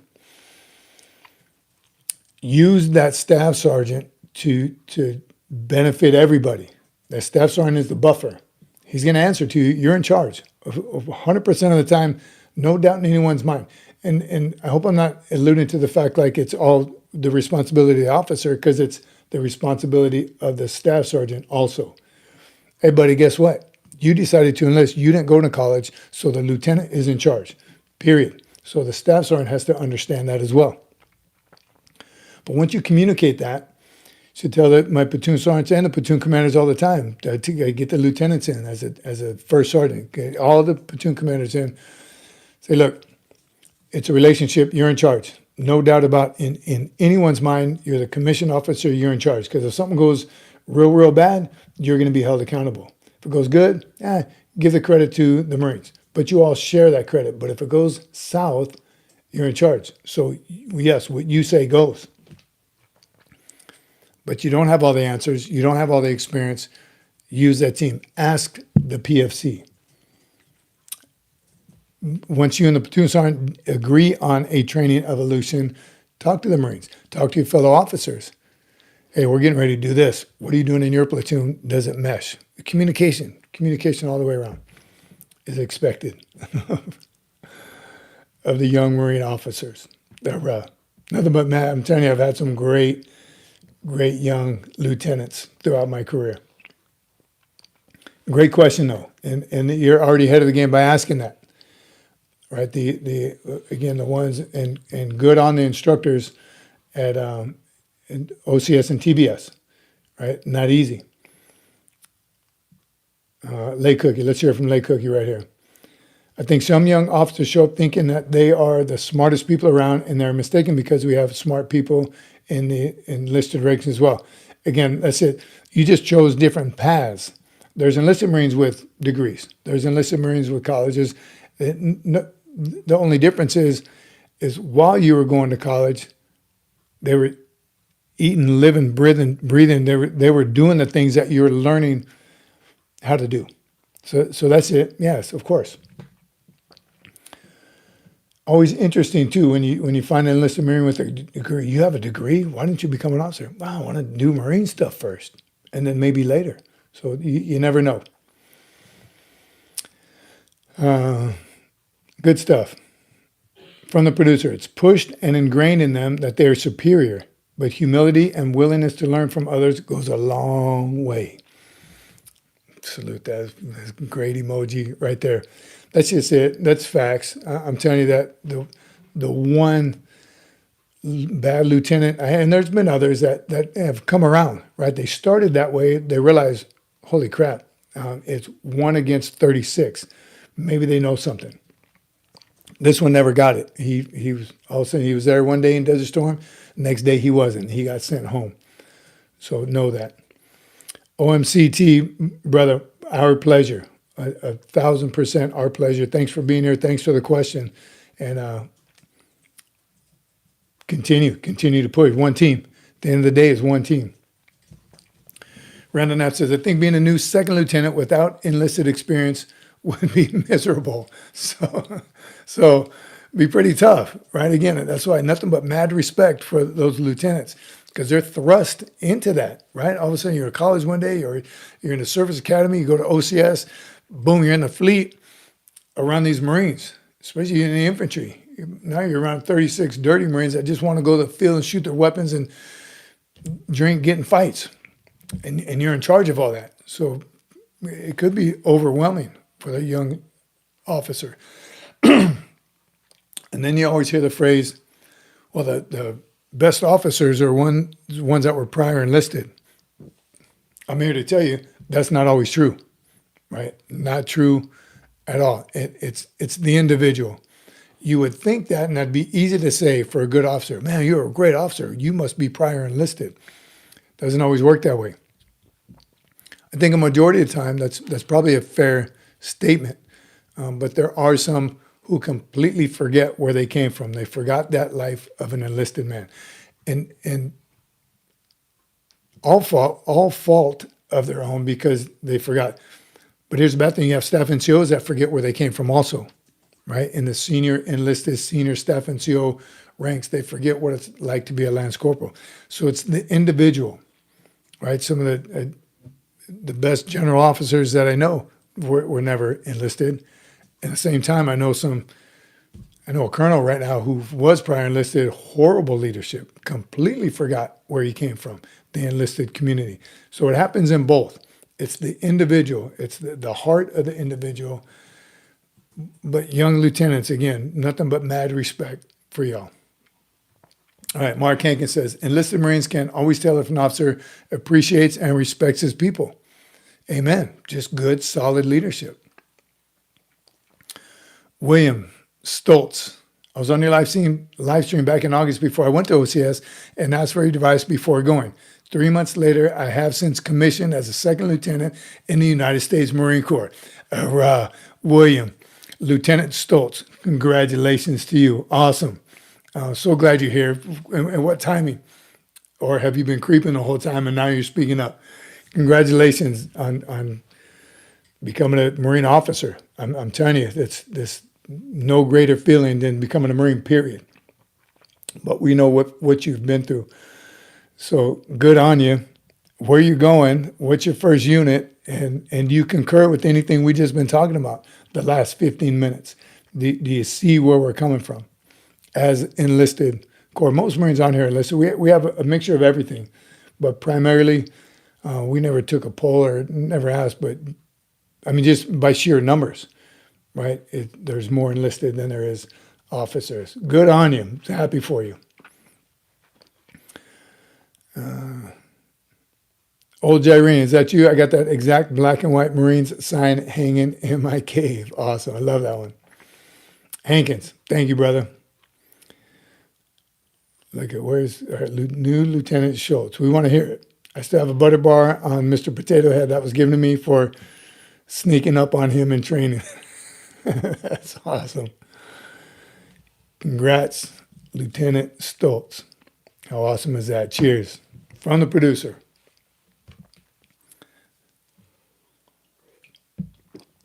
I said from the producers. From the producer. Las Cruces, body cam. Should we bring back hazing? I hope you're not trolling. I hope that's a real question. Because no, of course not.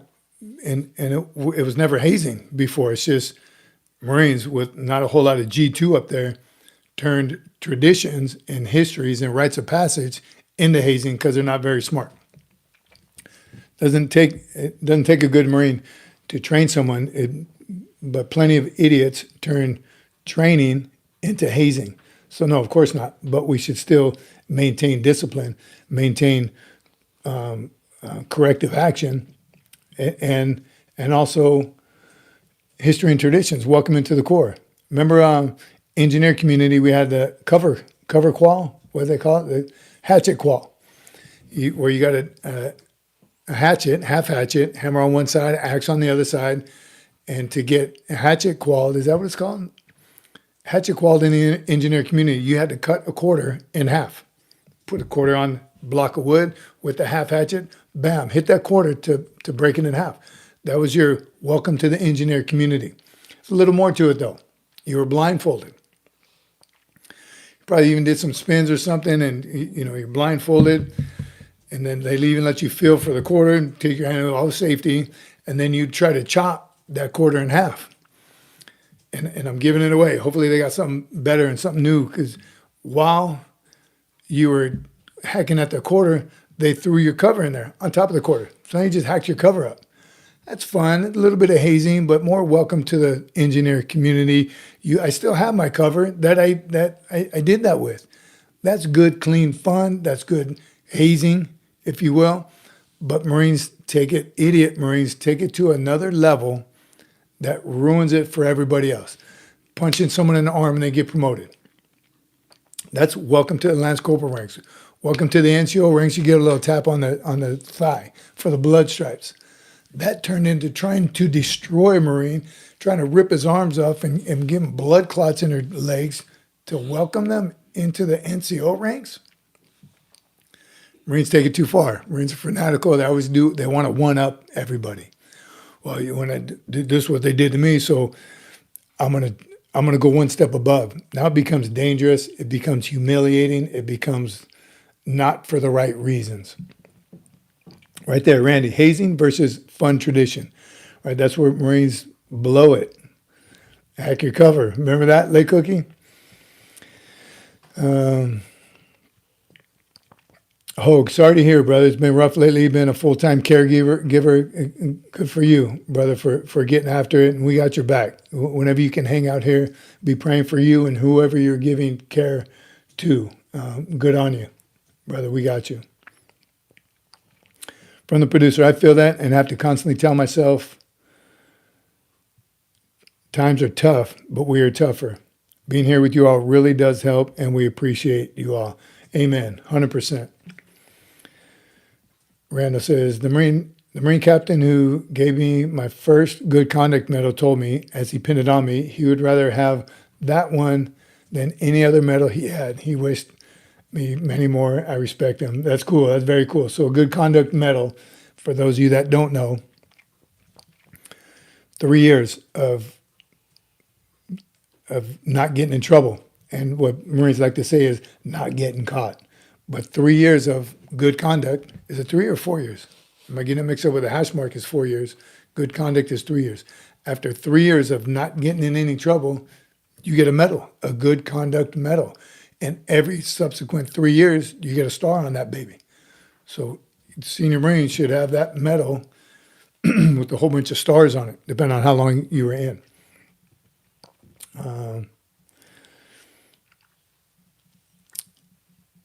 Hogue says, Randall Knapp, didn't know you were such a good Marine to get a good conduct. My father got one, but my grandfather and me were not that good. It happens. Okay, it happens to the best of us. Lay Cookie, you got a good conduct medal? Happens to the best of us. Best Marine I know. Lay Cookie. Allie, let's get those likes up. Here we go. Allie, good. She really is a bot. Oh, you think so? Yes. Oh, maybe she really is a bot. Allie, the AI. Keeps saying the same thing. Yeah, cut and paste. Either way, listen to the AI.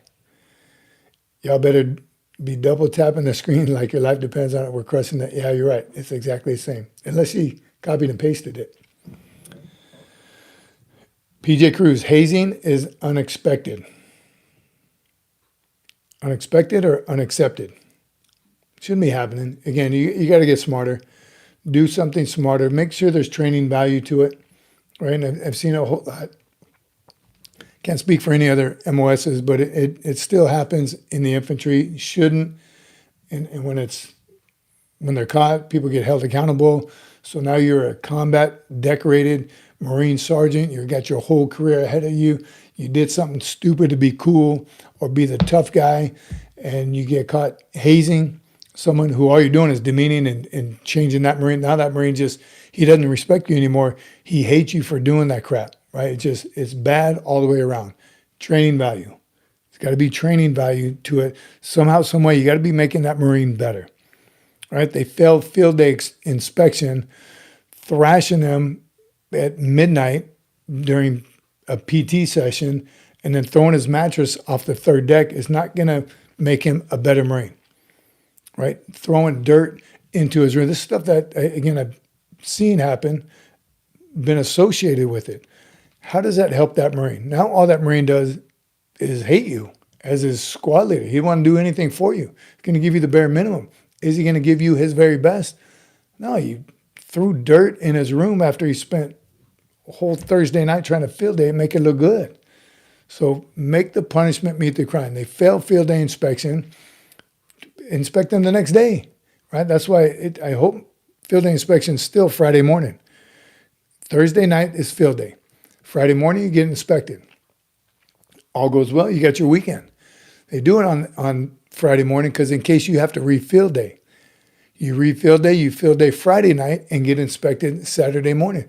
That means you can't go out Friday night. It's a beautiful system. I don't think they do it that way. Any active duty Marines right now, when do you conduct field day? Or when is field day inspection?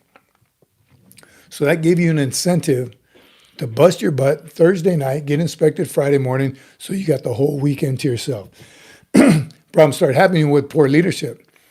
They just pass you Friday morning because guess who's got to be there Saturday morning also to inspect you? That same staff NCO, the platoon sergeant, the company gunny, someone's got to be there to inspect you, so they don't want to take their own weekend away. Then it was easy as a first sergeant. And I'll tell my platoon sergeants, if a squad leader fails somebody, you're going to be there with the squad leader inspecting, right? Company gunny, guess what? Any one of the platoons have a re-inspection Saturday morning, company gunny, you're going to be there with them. So I gave a vested interest in everyone to clean the room and not do that stupid stuff like throw mattresses off the third deck, throw dirt on the deck of a room. No training value to that. Make sure there's training value. All right. Marines are so bad they have to give you a medal for staying in line. Amen. It just happens. It happens. Good conduct, second award, only made sergeant twice. Good on you, Stoner Bob. It's every 3 years. Okay, yeah, that wasn't mistaken. It is every 3 years. And that disappeared quick. Brother, I wanted to read that. Can you read that whole thing? Jonathan West, what's happening, brother? I'm not going to go up or down on this. Which one? That it is a 3-year ribbon. You get it after 3 years. Let me try it over here. Oh. It is every 3 years. I'm a two-time good conduct medal. I thought it was every 4, and I did 7 years and 10 months. Around. Hi there, Kimi Cocoa Puffs. I see you messing with stuff. Oh, yeah. I got it now. I didn't know I could do it right over here. I can do it on the line. Huh? What you know about that? Okay, you're way too far. It's hot in here. It is hot in here. Can you leave that open? All right. Let's get those likes up. Wait a minute. Or no, it's a little different that time. Maybe Allie is not AI. She added some emoji. Let's get those likes up. Where are we at of likes? Where's Carl? Give me a like count. Look at one. Who's fan? Have 3 military sons presently serving. 2 of them with degrees, and they received while in service. You can't get your degrees while you're in service. One is Sergeant Major Army. URAH, we like them too. Other Command Master Chief in the Navy. They don't want to become officers. There you go. Sergeant Major in the Army, Command Master Chief in the Navy. He's got 2 E9 sons. Army and Navy, man, killing it. And that's just it. Some Marines don't want to be officers. I don't know if that was your point. Thanks for your sacrifice and for your 3 sons. Right? I'm telling you, who's fan? Congratulations to you. Awesome. Yet no attendance ribbon. You're talking about the National Defense Ribbon. Zombie Blood. Good on you, brother. God bless everyone who sacrifices their lives for this beautiful country. Amen. Don't forget, everyone, it's December 7th today. If you could, a little moment of silence for the Marines and sailors, anyone who lost their life on December 7th, Pearl Harbor, Honolulu, Hawaii. The horrible incidents. A lot of things related. I don't know if you've ever done any research on it or just some of the stories you hear. Pretty amazing. Eva Field. I only know this after being there. We did some ceremonies at Eva, one place called Eva Field. It was a coordinated attack, highly coordinated attack, and there's some conspiracy theories about it. Just so happens Eva Field in the west side of the island, west side of Pearl Harbor, for some reason, all those planes were lined up that night. They said, put them all together. It might be a hurricane coming through, gripe them all down. All the planes, they were in a defensive posture, getting ready if they had to go defend something. Well, those got bombed first. So Eva Field got bombed minutes before Pearl Harbor. So those pilots couldn't. Explain where Eva Field is in relation to Pearl Harbor. I just did. Oh, yeah. Eva Field west of Pearl Harbor. Or, yeah, out on the west coast. The west side of Pearl Harbor. So the Japanese planes, I don't know if you can see my hands, bombed Eva Field first, so they couldn't come in support of Pearl Harbor. They did the Kolan Ridge, right? Because K-Bay got hit too, remember? K-Bay got hit also. So Kaneohe Bay on the windward side of the island, so the north side of the island, so the north and the west got hit before Pearl Harbor, where all the ships were in. And luckily there was 2 ships that were out, but all the other ships were right in line. I'm telling you, it was set up for a bombing. We won't get into any politics or conspiracy theory, but and it was on a Sunday morning at like 8 o'clock in the morning. So all that to take place where everyone's on liberty or hungover, sleeping, I'm telling you, a huge coordinated attack that strategic, but the men and women who fought to gain it back, who never lost Pearl Harbor. Lost a lot of Marines and sailors, lost some ships, but never lost the fight. You know what I mean? So God bless all of them and their families. May they rest in power. We'll never forget. That's why you should see flags at half-mast today. And God bless them all. If you ever make a trip to Hawaii or put it on your bucket list, get out there, see the Missouri, see the Arizona, USS Arizona, still sunk. There's still Marines and sailors down in the holes of that ship that they just can't get to. There's still oil leaking from the ship. There's a monument on top of it now. You can stand right over it. I'm telling you, it's a feeling going there. But God bless them all. Jonathan West, Sergeant Major, what's the hardest part about being a drill instructor? Great question. The hardest part about being a drill instructor, for me, it was I just wanted more out of them. It was like it was harder each cycle because you graduated 3rd phase recruit, you graduated Marine, and then 2 days later you're picking up a 1st phase maggot era. So you wanted all that to happen faster. The hard parts were your feet are sore, your back is sore, you're up, a couple hours of sleep at night, physically demanding on your body. But the hardest part for me is I wanted a whole platoon, 89 recruits, to be the best at everything they could possibly do. And that's just unrealistic. There's a 10%. There's 10% in everything. It's 10% in your job now, 10% in your organization. So I didn't, those 10%ers used to just drive me crazy. I know you can sound off louder. I know you can move faster, but they choose not to. So mentally, physically, again, you get used to it. Your body gets used to it. You buy your core frames a size and a half too big, wear 2 or 3 pair of socks. The physical part, you find ways around it. Lost my voice, never got it back. All those things are hard. But the demanding time it takes to be a good drill instructor to produce good Marines. And you're going to be away from your family. Huge amounts of time, 3 months at a time. You're going to be away from your family. So it's very, very difficult. All right. I see John McJunkin is here. We're about less than 10 minutes out. Bob, where you been? I mean, John. Was it a notifications thing again? John McJunkin, how are you and your crew doing? This is a special time of year for you guys too. Very generous. I know you feed a lot of people. OKC. Is that what it is? Did I get it right? OFC. OFC. OFK. Outdoor Field Kitchen. There you go. John McJunkin, good to see you. Glad you make it. Maggot was the second book I ever read. I've read Maggot before. The DI is a good book too. But that's a great one. Can you ask the members if they'd be interested in the decal on the back window, like for Mike? Oh yeah. One more question. Another project that the producer is working on. And Lake Cookie has a dibs on the first one. They have a machine now that can make bigger. Don't worry about that part. Just Oh. get to the part about. Would you be interested in a large logo for the back of you? Everyone has a truck, right? Everyone drives a truck.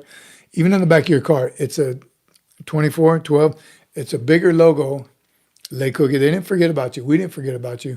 You're getting the first one. A big logo that goes on the back of your camper shell, back of your truck window, or any car window. But it's bigger than our typical stickers. We just had to get the right equipment. It's en route. It's coming. Life size. Yeah, if you'd be interested in that sticker, and you know which one it is. I don't even have one on me right now. Do I? I'm going to find it for you because I'm excited. I don't. They're all in my truck. Maybe somebody can bring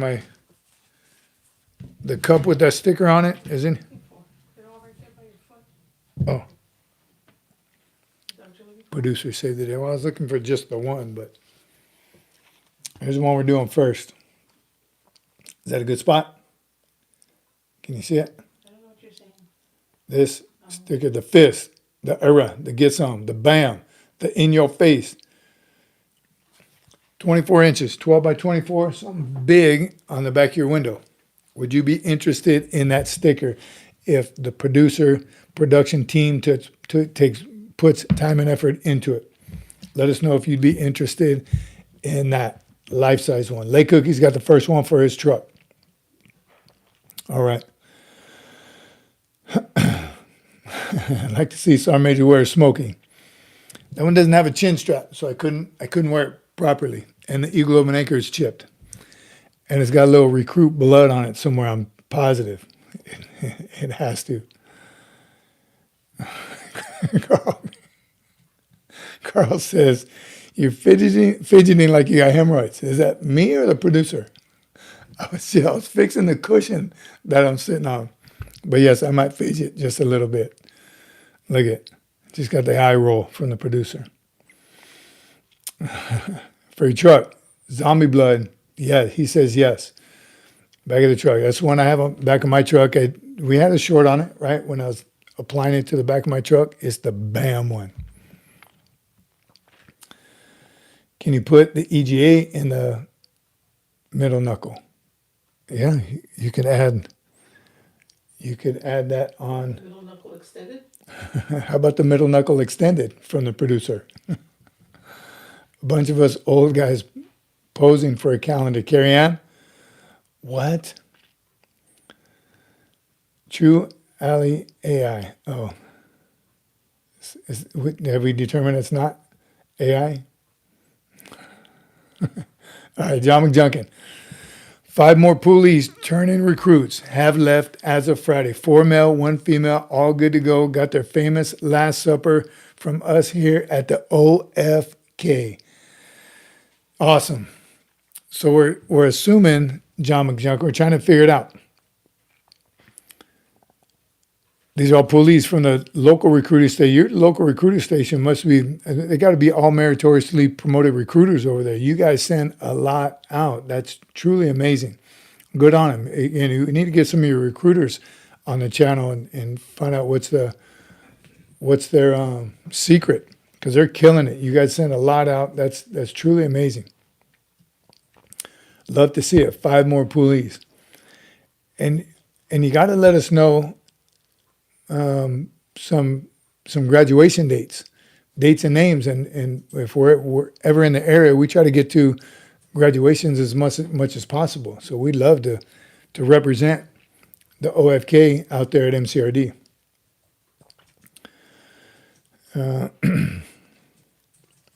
William Eves says, can you wear more than 18 rows of ribbons on your dress blues? 18 rows of ribbons. You can wear every ribbon that you rate. Is there that many ribbons? 18 times 4 is what? Is there that many ribbons even in our system? 18 times 4. Somebody do the math. You can wear, obviously you would go 4 across and not 3 across, but you can wear every single ribbon that you rate and is authorized by the Marine Corps. How much? 72. 72. I don't think there's a way possible to earn 72 different medals, because some are old Vietnam, other Korean War, there's more than 72 ribbons, but you can't in a lifetime earn that many. But you wear every single ribbon and medal that you rate. So yes, the answer is yes. As long as you earn them and you rate them, you can't stop someone from wearing, huh? 50 rows in the one you have gold stars? Well, yeah, and same thing. If you have 5 good conducts, you don't wear 5 good conduct ribbons. You wear 1 ribbon with 4 stars. So that's designed that way for the same reason. There'd be no reason for 18 rows. Jared, thanks, buddy. It wasn't a serious question. But you've seen some stacks, especially on smaller Marines. Because 26 ribbons on my chest looks different than 26 ribbons on a smaller or a bigger Marine. But yes, you wear every single ribbon you rate. All right. I guess you can worry about that when you have 72 ribbons. Randy, right? Nailed it. Wear what you earn, wear what you rate. We don't need no stolen valor. You're wearing all kinds of weird stuff. This is not the Russian army. And I don't even know if the Russian army does stuff like that. All right. Uh-oh, Jared's tempting you. We're too cool to get banned. Kimmy says she can fix that. She didn't say that. I just said it. Good evening, Sergeant Major from Fort McCoy. What's up, Hua? Fort McCoy. Inbound, LZ. Appreciate you, Carl. Man, I was just fidgeting again. That's not because I was just adjusting my seat. Allie the AI, one of the Marines with the most... Junkins? No, I did not. Let me go up. Back up. How's it not in order? I don't see it. John McJunkin. When you read it, or do I wait for it to pop up? All departing Poolees are given a last free meal with steaks, prime rib, lobster, king crab legs, shrimp, with all the fixings like baked tail, soup, dinner roll, salad, and dessert. John McJunkin, how do I get that meal? Is there a way that I could get that same meal? That's awesome. That is so good. What a way to send them off, right? It's like their last meal, their last supper. But how awesome is that to send them off that way? Good on you. I'm telling you, they leave their hometown just motivated, knowing that they have a community like you all behind them, right? Just more motivation to do what they got to do. All right, now I see John. Is it although many Poolees? No, Oh, it wasn't there. yeah, it wasn't there. Although many of the Poolees are almost scared, if not apprehensive, of taking a bite. I wouldn't be. I would love it.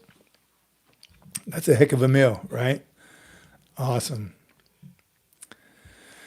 All right. It is time. We can go 2 more just to get a full 2 hours. We can go a few more. Carl, just got the okay. LZ's not clear. We got to circle around. 2 minutes. 2 minutes. Got to circle around. All right, Ali the AI. Sergeant Major Kent, is that who you mentioned earlier? He had over 60 ribbons, which is wild for any Marine. And Marines are very, very stingy. If you see anyone with over 20 different ribbons and medals, that's significant. Marines are very, very stingy with awards. That's not why we joined the Marine Corps. right? It's we don't have a bunch of other stuff all over our uniform. Nothing wrong with that, right? Different badges and patches and cords and feathers and Marines are that we have the slickest uniforms of all. That's not why you join. Very few badges. There's like 4 authorized badges that you can wear. You can only wear 2 at a time. If you wear medals, you don't wear ribbons and you know what I mean. We're just very. I love how we do our uniform. Slick. You can even go slick if you choose. If you're wearing Charlie's on your own, you can wear some of your ribbons, some, all, or none. So you can literally, if you're told to show up somewhere in your Charlie's, you don't have to wear your ribbons. That's not why we do what we do. That's not, and there's some other service members who feel the same way, but we're not flashy. We're not show. We don't have all kinds of stuff all over our uniform. I like it that way. 60 ribbons for a Marine is wild. All right, Marines need back support too. We already carry all the other branches at William Walter. So, Major, I missed most of your podcast. WW, watch it again. We are getting ready to land this helicopter, but please watch it. And if any of you watch it after, or you forward it to your friends, neighbors, and buddies, have them watch it as well. It is available on our channel if you would like to continue to watch it or watch it at another time. All right. Last one, John McJunkin.